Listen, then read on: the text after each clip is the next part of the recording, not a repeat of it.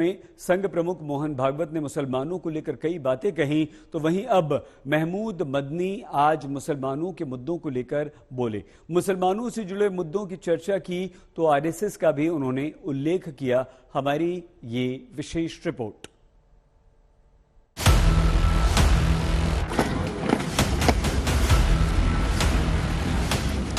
जितना ये देश नरेंद्र मोदी और मोहन भागवत का है, उतना ही ये देश महमूद का भी है। इसे अदावत कहे, संजीदगी कहे, कौम के हक हुक्म को लेकर संजीदगी कहे या कुछ और कहे, लेकिन जमीयत के जलसे में मौलाना महमूद मदनी के एक एक बयान ने 2024 से पहले मजहब वाली सियासत को जोर दे दिया है। अपने बयानों से मदनी ने हिंदू मुस्लिम वाली सियासी जंग को नया विस्तार दे दिया है। जमीयत के अधिवेशन में मदनी ने उन हमलों का जवाब दिया जो मुसलमानों को बाहरी बताकर किया जाता है। रह रहकर इस मुद्दे को उठाकर मुसलमानों पर हमला बोला जाता है। भारत हमारा देश है।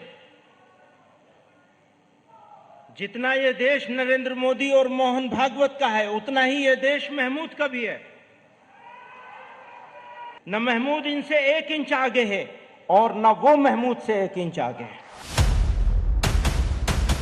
मौलाना मदनी के बयान में मोदी भागवत के नाम के जिक्र के बड़े मायने हैं, क्योंकि संघ प्रमुख मोहन भागवत बार बार हिंदुस्तान में रहने वाले सभी लोगों को हिंदू बताते रहे। आरएसएस के नेता कई बार घर वापसी का मुद्दा उठाते रहे। सत्य हाच ईश्वर आहे, ते सत्य असं सांगतं की मी सर्वभूती आहे आणि त्याच्यामुळे रूप नाम काही असलं तरी योग्यता एक आहे, मान सन्मान एक आहे, आपलेपणा सर्वांविषयी आहे, कोणीही उच्च नीच नाही। शास्त्रांचा आधार घेऊन पंडित लोक जे सांगत असतात ते खोटं आहे। जाती जातीच्या श्रेष्ठत्वाच्या कल्पनेमध्ये उच्च नीचतेच्या भोवऱ्यात अडकून आपण भ्रमिष्ट झालो। हा भ्रम दूर करायचा आहे। आपलं ज्ञान आहे, आपली परंपरा आहे, ते हे सांगत नाही, हे सांगितलं पाहिजे समाजाला। अपनी तकरीर में मदनी ने भी इन्हीं बयानों का हवाला दिया। आरएसएस बीजेपी से किसी भी तरह से अदावत से इनकार किया। मौजूदा दौर में जो तशरीह की जा रही है और हिंदुत्व के नाम पर जिस जारहाना फिरकावारियत को फरोग दिया जा रहा है, वो हरगिज इस मुल्क की मट्टी और खुशबू से मेल नहीं खाती। हम यहाँ ये वाज़ेह कर देना चाहते हैं कि आरएसएस और बीजेपी से हमारी कोई मजहबी अदावत नहीं है, बल्कि मजहबी या नस्ली अदावत नहीं है, बल्कि हमें सिर्फ उन नजरियात से इख्तलाफ है जो समाज के मुख्तलिफ तबकात के दरमियान बराबरी, नस्ली अदम इम्तियाज और दस्तूर हिंद के बुनियादी उसूलों के खिलाफ है। मदनी ने मौजूदा दौर में हिंदुत्व को लेकर जारी उग्र राजनीति पर सवाल उठाया, साथ मिलकर देश के विकास का भरोसा दिलाया, संघ परिवार के लोगों को गले लगाने का बयान सुनाया। और उसके नजरियात की बात करते हैं तो हमें उसके माजी के सरसंघ चालक गुरु गोलवालकर की किताब बंच ऑफ थॉट के हवाले होते हैं। हालांकि आरएसएस के मौजूदा कायद के हालिया ऐसे बयानात जो एक कौमी नजरिए, मुत्तहिदा कौमियत और भाईचारे से कुछ मेल खाते हैं, उनको भी पेश नजर रखना चाहिए। मौलाना मदनी ने अधिवेशन में यूनिफॉर्म सिविल कोड का भी मुद्दा उठाया। सरकार को ऐसे किसी कदम को लेकर पहले से चेताया। सरकार को से अपील करते हैं कभी, लेकिन ये इशू ऐसी जगह पे पहुंच चुका है कि इसमें हमको सरकार को इसी लैंग्वेज में समझाना पड़ेगा। 74 साल से इस चीज को नहीं किया गया। उस वक्त बड़े बड़े देश के महान नेता थे, गांधी जी जैसा आदमी, सरदार पटेल जैसा आदमी। सरदार पटेल कोई छोटी हैसियत थी, नेहरू जैसे लोग, सब लोग, मदन मोहन मालवीय सभी थे, और उन्होंने इसको नहीं किया। क्यों नहीं किया, मेरा सवाल है, आप जवाब दीजिए। तो वो लोग जानते थे कि इससे हमारी जो देश को नुकसान होगा। उधर मदनी के बयान के बाद बीजेपी नेता मां भारती की भक्ति की बात कर रहे हैं। सबके साथ से ही देश के विकास की बात कर रहे हैं। इस देश के अंदर हिंदू हो या मुसलमान, सभी को भारत माँ को अपनी माँ मानना चाहिए और भारत के प्रति भक्ति का भाव रखना चाहिए।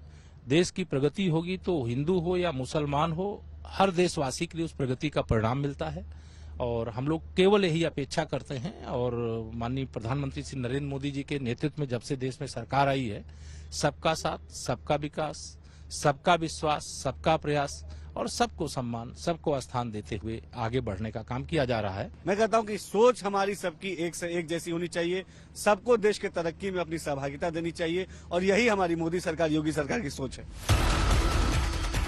जमीयत ने भले ही सीधे तौर पर संघ के नेताओं के बयान के जवाब में बयान दिया हो, लेकिन ये भी साफ है कि 2024 का चुनाव करीब आते आते जमीयत सियासी तौर पर भी सक्रिय हो रहा है और इन बयानों का सियासत पर असर होगा, ये भी तय माना जा रहा है।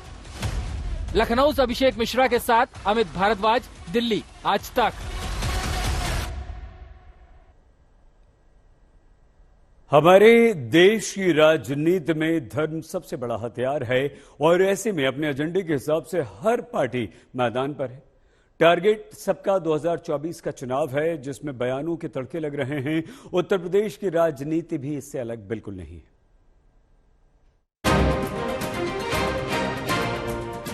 उत्तर प्रदेश एक तरीके से मैं कह सकता हूं कि मिनी पाकिस्तान बनने जा रहा है। जो समाजवादियों को हिंदू विरोधी कह रहे हैं वो खुद हिंदू विरोधी हैं। इस देश के अंदर हिंदू हो या मुसलमान, सभी को भारत माँ को अपनी माँ मानना चाहिए। 2024 चुनाव की तैयारियों के बीच जिस तरह से उत्तर प्रदेश में जाति वाली सियासत जोर पकड़ रही है, तमाम नेताओं के बयानों से जाति वाली राजनीति आगे बढ़ रही है। क्या संगीत सोम का ये बयान जाति वाली उसी सियासत के जवाब में आया जिसे लेकर यूपी का सियासी ताप जबरदस्त तौर पर गरमाया है? अखिलेश यादव और उनके चेले पूरे उत्तर प्रदेश में और पूरे देश में एक माहौल जातियों का बनाने की कोशिश कर रहे हैं। पूरा उत्तर प्रदेश, पूरा हिंदुस्तान ये जातियों के हिसाब से बांटना चाह रहे हैं। मुझे समझ में नहीं आता तो ये जिन्नावादी सोच ये क्यों बना रहे हैं, क्यों जिन्नावादी सोच के साथ प्रदेश में आ रहे हैं, ये समझ नहीं रहे हैं। अभी स्थिति अभी पाकिस्तान इन्होंने देखा नहीं, पाकिस्तान की रोज स्थिति देख रहे हैं ना कि पाकिस्तान में क्या हो रहा है। लोग भूखमरी से मर रहे हैं, लोग भूखमरी में मर रहे हैं, लोग खाने के लिए मर रहे हैं, लोग आटे के लिए मर रहे हैं, लोग चीनी के लिए मर रहे हैं, लोग दूध के लिए मर रहे हैं। क्या ये उत्तर प्रदेश में अखिलेश यादव और उनके चेले ये स्थिति बनाना चाहते हैं? आज पश्चिमी उत्तर प्रदेश की स्थिति आप समझ के देखिए। जिस तरीके से उत्तर प्रदेश और पश्चिमी उत्तर प्रदेश की जनसंख्या बढ़ती जा रही है, आज पश्चिमी उत्तर प्रदेश एक तरीके से मैं कह सकता हूं कि मिनी पाकिस्तान बनने जा रहा है और मिनी पाकिस्तान बन रहा है। बीजेपी नेता संगीत सोम पश्चिमी यूपी में मुस्लिम आबादी को लेकर तीखा बयान दे रहे हैं और इस बहाने समाजवादी पार्टी जैसे दलों पर हमला बोल रहे हैं, क्योंकि रामचरितमानस विवाद के बाद से ही समाजवादी पार्टी के नेता लगातार जाति वाला सवाल उठा रहे हैं। जाति वाले सवाल के जरिए बीजेपी को निशाना बना रहे हैं और संगीत सोम ऐसे बयानों को हिंदू समाज को बांटने वाला बता रहे हैं। तो हम भी तो सूद रहे हैं, तुम्हारे साथ हैं, हम कहीं अलग नहीं है तुमसे। मैं उसकी बात नहीं कर रहा हूँ। क्यों नहीं कर रहे बात उसकी? मैं अपने आप को मान रहा हूँ। सूत्र मान रहे हो नहीं मान रही हो? कोई दिक्कत नहीं, जो बीजेपी बना मैं भी तो मान रहा हूँ। संगीत सोम के इसी बयान पर जमीयत उलेमाए हिंद का भी जवाब आया। उन्होंने ऐसे बयानों को चुनावी फायदे के लिए की गई टिप्पणी बताया। देखिए, कहने को कोई कुछ भी कहे कि मिनी पाकिस्तान बन रहा है या तो लार्जर पाकिस्तान कहाँ है? मिनी है ना अभी, तो मिनी के ऊपर आपको क्यों तकलीफ है? और पाकिस्तान क्यों कहेंगे आप? तो ये हिंदुस्तान के अंदर कहीं भी अगर किसी आबादी का कंसंट्रेशन है तो उसका क्या मतलब हुआ कि वो क्या उस देश के बाहर कोई जगह बन गई? तो ये पूरी धारणा, ये पूरी जो आइडियोलॉजी है, ये गलत है। इस पे वो नहीं होना चाहिए। ये बिल्कुल इंसानी फितरत के मुताबिक है। जैसे जैसे कुछ राज्यों के विधानसभा चुनाव से लेकर लोकसभा के चुनाव करीब आ रहे हैं, जाति धर्म वाले मुद्दे जोरदार तरीके से गरमाए जा रहे हैं। खासतौर पर यूपी में एक अलग तरह का मुकाबला चल रहा है। हर कोई खुद को बड़ा और असली हिंदू बताने में जुटा है। जो समाजवादियों को हिंदू विरोधी कह रहे हैं वो खुद हिंदू विरोधी हैं। सवाल इस बात का नहीं है, सवाल ये है कि चुनौती देश के सामने है, बेरोजगारी, महंगाई, जाति जनगणना। क्या देश की अर्थव्यवस्था ऐसे ही चौपट हो जाएगी? साफ है कि जाति वाली गोलबंदी के बीच अखिलेश खुद की मुस्लिम परस्त छवि नहीं बनने देना चाहते हैं, लेकिन अब बीजेपी इन्हें इसी मुद्दे पर घेर रही है। समाजवादी पार्टी की नीति और नीयत पर सवाल कर रही है। समाजवादी पार्टी की सोच तो है ही मतलब इस प्रकार की, जिसमें वोट की भूख में, वोट के लालच में वह किसी भी मर्यादा की सीमा को लांघा करते हैं। लेकिन उनको अब ये पता चल गया है कि अब जातिवाद की राजनीति और तुष्टीकरण की राजनीति और केवल एक जिले की राजनीति से उनकी राजनीति में वापसी संभव नहीं। यूपी में एक और जाति वाली जंग चल रही है तो दूसरी ओर धर्म वाली सियासत परवान चढ़ रही है। आने वाले दिनों में ये सियासत और गरमाएगी। यूपी की राजनीति में धर्म और जाति वाली जंग बढ़ती जाएगी। मेरठ से उस्मान चौधरी के साथ अभिषेक मिश्रा, लखनऊ, आज तक। बयानों का ये पूरा खेल चुनावी है। 2024 को लेकर जारी इस शंखनाद की पहली दस्तक अब त्रिपुरा देने वाला है, जहां मतदान को सिर्फ 5 दिन बाकी हैं। ऐसे में हर राजनीतिक दल ने अपना पूरा जोर त्रिपुरा में लगा दिया है और इस कड़ी में आज प्रधानमंत्री नरेंद्र मोदी ने त्रिपुरा में 2 रैलियां की। विरोधियों पर पीएम मोदी जमकर बरसे। जो लोग झूठ बोलकर, साजिशें रचकर भाजपा सरकार को हटाने के सपने देख रहे हैं, उनके सामने ये लाखों लोग भाजपा का सुरक्षा कवच बन करके आज दीवार बन करके खड़े हैं। इन लोगों ने 3 दशक तक त्रिपुरा में चंदा चंदा चंदा हर किसी को लूटने का लाइसेंस देके रखा था। किसी न किसी बहाने से लोगों को चंदा देना ही पड़ता था। अब भाजपा सरकार त्रिपुरा को चंदा करने वालों से ही मुक्त कर दिया है। 2024 लोकसभा चुनाव के लिए बीजेपी ने राज्यों की दृष्टि से अपनी रणनीति तैयार की है। त्रिपुरा में प्रधानमंत्री नरेंद्र मोदी ने मोर्चा संभाला तो गृहमंत्री अमित शाह कर्नाटक पहुंच गए, जहां उन्होंने कर्नाटक की राजनीति में टीपू और सावरकर को लेकर मचे घमासान पर कांग्रेस को आड़े हाथों लिया, कांग्रेस पर निशाना साधा। भाई मुझे बताओ, टीपू के मानने वाले जेडीएस और कांग्रेस को वोट देना चाहिए या रानी अब्बक्का को मानने वाली बीजेपी को वोट देना चाहिए? जोर से बोलो, कांग्रेस या बीजेपी? और जोर से बोलो, कांग्रेस या बीजेपी? मोदी जी के नेतृत्व में राष्ट्रभक्तों की टोली जैसी भारतीय जनता पार्टी और गांधी परिवार के लिए कर्नाटक को अपना एटीएम बनाने वाली भ्रष्ट कांग्रेस पार्टी, दोनों के बीच में किसकी सरकार बननी चाहिए? जोर से बोले, किसकी बननी चाहिए? राज्यों की दृष्टि से राजनीति बदलती है, विपक्ष के चेहरे बदल जाते हैं। बात दिल्ली की आती है तो यहां बीजेपी के सामने आम आदमी पार्टी मोर्चा लेकर निकल आती है।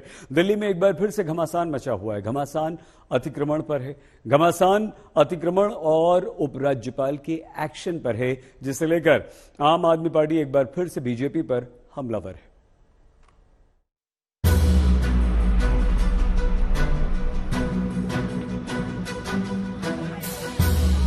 ये गुस्सा है अपनी आंखों के सामने अपने आशियाने को उजड़ते देखने का। ये दर्द है बेघर होने का। कोई बुलडोजर के आगे खड़ा है तो कोई टूटते मकान से निकलने को तैयार नहीं है। बस एक ही सवाल है, जिस घर में कई सालों से रह रहे थे, जिस घर के लिए जीवन भर की गाड़ी कमाई लगा दी, एक दिन में वो घर कैसे गैर कानूनी हो गया? लोग अपने घरों को छोड़ने के लिए तैयार नहीं है। ऊपर की ओर देखिए, दीपक ऊपर दिखाइए, दीपक ऊपर वो खिड़की पे दिखाइए, वहां पर लोग मौजूद हैं। और वहां पर उस बिल्डिंग में नीचे जहां पर बुलडोजर नीचे चलाया जा रहा है, ऊपर आप देखिए लोग घरों पर मौजूद हैं। यानी चूंकि सालों से यहां से लोग रहते चले आ रहे हैं, सालों साल से यहां से लोग रहते चले आ रहे हैं, उनका कहना है कि उनके पास रजिस्ट्री है। ये हंगामा दिल्ली के मेहरौली इलाके में बरपा है, जहां डीडीए के बुलडोजर सालों से बनी बस्ती को तोड़ने पहुंचे। डीडीए का कहना है कि ये मकान आर्कियोलॉजिकल सर्वे ऑफ इंडिया की जमीन पर बने। डीडीए इन्हें इमारतों को अवैध बता रहा है, जबकि यहाँ के निवासी कह रहे हैं कि हमने जमीन की रजिस्ट्री करवाई है, एमसीडी को टैक्स दिया है। अगर ये इमारत अवैध थी तो फिर रजिस्ट्री कैसे हुई? हम अपना घर बचाने के लिए बैठे यहाँ पे। देखिए मेरे पास यहाँ पे डॉक्यूमेंट जो हमने खरीदा तब हमने पूरा एक वेरीफाई कर दिया, जिस वजह से बैंक ने भी हमें लोन दिया। सारा लीगल प्रोसीजर आपने ये 1987 की डीड है मेरे पास, जो चेन बोलते हैं जिसको। ये 11 चेन है मेरे पास है, मैं आपको जूम करके दिखा दूंगा। इसमें डेट लिखा है, स्टैंपिंग चार्जेस भी लिखे हैं। ये सारा कानूनी कागज है, हमारा तो घर का नहीं है, या आपकी किसी दुकान से तो खरीद नहीं सकते हैं इस चीज को। क्या हो रहा है, अचानक शाम को इन्फॉर्मेशन देते हैं कि सुबह आप बस्ती खाली करो, हमारा लिफ्ट बंद हो जाता है, लाइट कट जाती है, हम ऊपर से नीचे नहीं आ सकते, तो हम कमरे कैसे खाली करेंगे? बिल्डर कहाँ है हमारे साथ? हम लोग अकेले हैं यहाँ पे, बिल्डर क्यों नहीं आए अभी तक? कोई फोन नहीं उठा रहा, बिल्डर कोई फोन नहीं उठा रहे। आना चाहिए और पब्लिक क्या करेगी? बिल्डर चोर है। बाकायदा अपना प्रॉपर्टी अपना लोन लेकर के हम यहाँ घर खरीदते हैं। आपको मोटेशन करवा रखे हैं, प्रॉपर्टी टैक्स भर रहा है, बिजली बिल भर रहा है, सब कुछ भर रहा है। 2 साल में कुछ नहीं हुआ। पीछे डीडीए की दीवार बनी है, उसको आखिरकार उन्होंने तोड़ दिया। अब उसका भी ब्लेम हम लोग के ऊपर डालेंगे कि इन लोग तोड़े। जब डीडीए की दीवार वो बना कर गया तो उनको पहले देखना चाहिए था ना। ये बिल्डिंग आज तो बनकर तैयार नहीं हुई है, बने हुए सिर्फ 2 साल हुए हैं। आपको यहाँ पहले देखना चाहिए।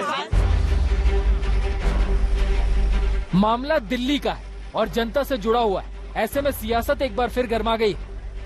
डीडीए एलजी के अंडर में आता है, ऐसे में आम आदमी पार्टी ने मोर्चा खोल दिया। अरविंद केजरीवाल ने डीडीए को अतिक्रमण की कार्रवाई रोकने के लिए कहा है, तो आपके नेता सड़कों पर मोर्चा संभालने उतर गए। तो ये भारतीय जनता पार्टी को करना तो कुछ आता नहीं है, तोड़ना ही आता है। संविधान तोड़ेंगे, सुप्रीम कोर्ट के आदेशों को तोड़ेंगे, लोगों के बने बनाए घरों को तोड़ेंगे। बीजेपी कुछ बनवा भी दे। माननीय प्रधानमंत्री ने कहा 2022 तक सबको मकान मिल जाएगा। आज वो पार्टी बुलडोजर लेकर के लोगों के घर तोड़ रही है, आशा नहीं तोड़ रही है, लोगों को बेघर कर रही है। ये सिर्फ और सिर्फ ये दिखाता है कि दिल्ली वासियों से वो बदला लेने का प्रयत्न कर रही है। उधर एलजी और आपकी जंग में अब बिजली की एंट्री हो गई है। एलजी ने संवैधानिक प्रावधानों के उल्लंघन के आरोप के बाद आप नेता जस्मिन शाह और नवीन गुप्ता को डिस्कॉम बोर्ड से हटा दिया। शंखनाद में आज के लिए बस इतना ही।